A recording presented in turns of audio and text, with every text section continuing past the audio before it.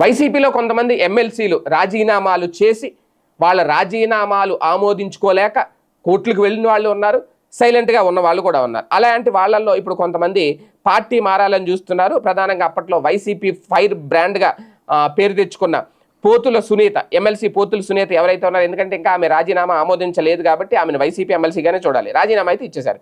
ఇప్పుడు తాజాగా ఏపీలో పైగా కాపు సామాజిక వర్గానికి చెందిన నాయకురాలు ఫైర్ బ్రాండ్ పోతుల సునీత బీజేపీలో చేరారు. వాస్తవానికి ఆమె టీడీపీలో చేరాలని భావించారు, కానీ అనూహ్య పరిణామాల నేపథ్యంలో టీడీపీలో ఆమెకు చోటు దక్కలేదు. ఎందుకంటే గతంలో చంద్రబాబు గారిని విమర్శించడం, నారా లోకేష్ మీద వైసీపీ నాయకులతో కలిసి దూషించడం, ఈ పరిణామాల నేపథ్యంలో టీడీపీలో చేర్చుకునేందుకు సీనియర్లు విముఖత వ్యక్తం చేయలేదట. విముఖత వ్యక్తం చేశారు. రాజకీయాల్లో విమర్శలు ప్రతి విమర్శలు కామనే, ఇది చంద్రబాబు గారు ఎప్పుడు చెప్తూ ఉంటారు. కానీ పోతుల సునీత విషయంలో మాత్రం యాక్సెప్ట్ చేయలేకపోయారు. పైగా కాపు సామాజిక వర్గానికి చెందిన నాయకులు మాత్రం ఆమెను తీవ్రంగా వ్యతిరేకించారట. దీంతో దాదాపు 8 నెలలుగా పోతుల సునీత ఒక రకంగా సైలెంట్గా ఉన్నారు. గత ఏడాది ఎన్నికలకు ముందు పోతుల సునీత వైసీపీలో ఉన్నారు. ఈ క్రమంలోనే ఆమెకు అప్పటి సీఎం జగన్ ఎమ్మెల్సీ కూడా ఇచ్చారు.